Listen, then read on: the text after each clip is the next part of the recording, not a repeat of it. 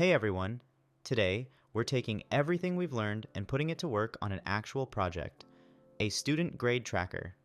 This project will cover essential concepts like loops, functions, conditionals, and data structures, all while building a tool that tracks and averages grades.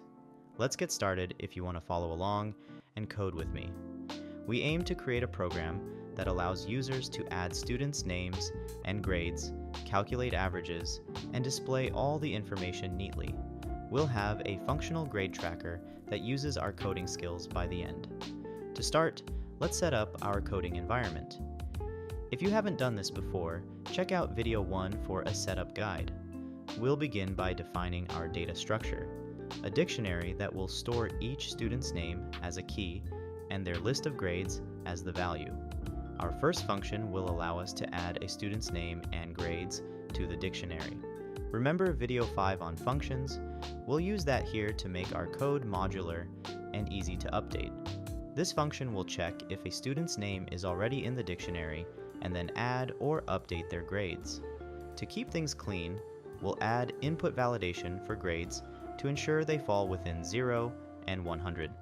Then, instead of an infinite loop, we'll handle input in the primary function and use if underscore underscore name equal sign underscore underscore main underscore underscore for structured execution, which is better for modular code.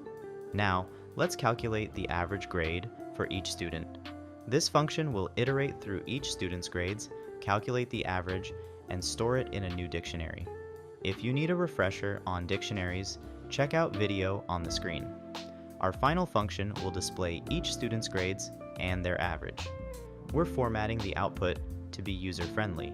Remember, video 8 on formatting output? This is where it comes in handy.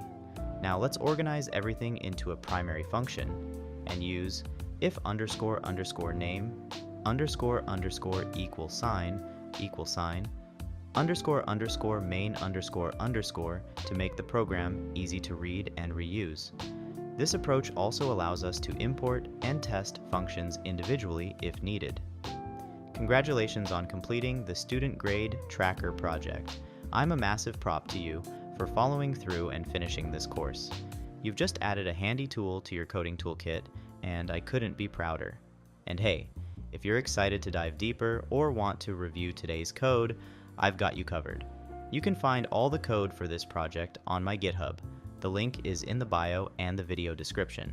If you enjoyed this video and want to keep building your coding skills with me, don't forget to subscribe and hit the bell. It takes just a second, but it means a lot and helps support the channel so I can keep making content for you.